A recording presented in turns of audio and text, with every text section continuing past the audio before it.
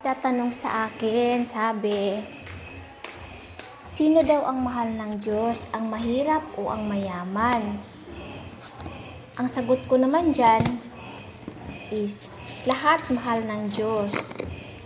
Dahil anak niya tayo, walang mayaman, walang mahirap. Kasi pareho niya tayong anak. Nagkataon lang mayaman sila dahil baka mayaman na ang kanilang mga nununuan at masipag ang kanilang mga pamilya na hindi nakadepende sa mga kamag-anak o sa iba. So, at ang mga mayaman, may mga pinaplano silang magandang future, katulad na lang ng magkapamilya sila, magkaanak sila. So, pinaplano nila yan kung ilan lang ang pwede nilang anakin para mabigyan nila ng magandang kinabukasan.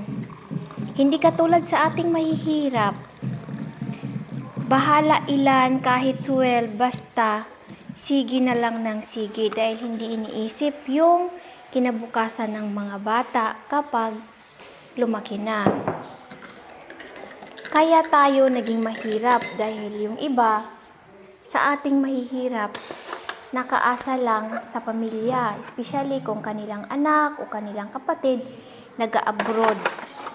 So, doon na lang kahit paano may nahingian ng tulong.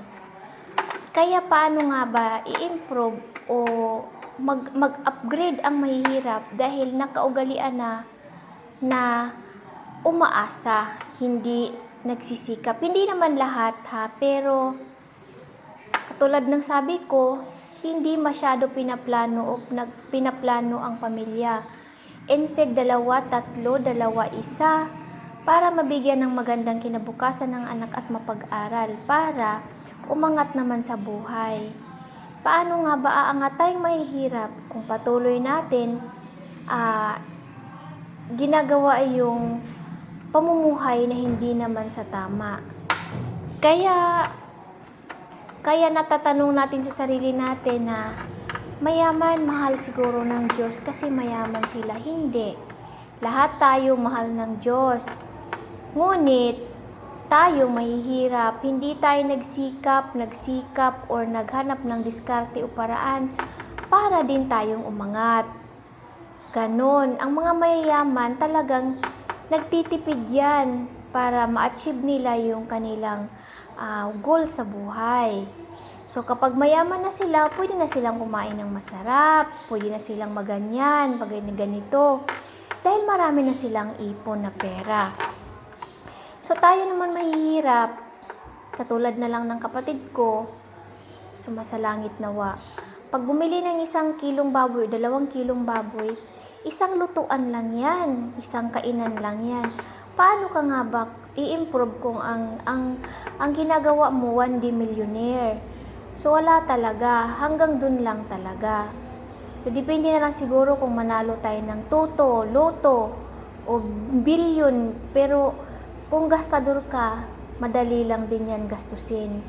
Kung hindi ka naman nagpaplano, kung hanggang dun lang, ng dun lang. Kaya yon, yan ang aking kasagutan sa iyong tanong kung sino ang mas mahal ng Diyos, ang mahirap o mayaman ba? Yun na yun. Lahat tayo mahal ng Diyos. Kaya tayo mahihirap, dapat meron tayong mga motto o goal sa buhay para magkaroon din tayo ng tinatawag na future, magandang future. Yan lang at sana ay sa aking vlog na ito ay napupulutan naman ng magandang aral sa bawat isa. Thank you!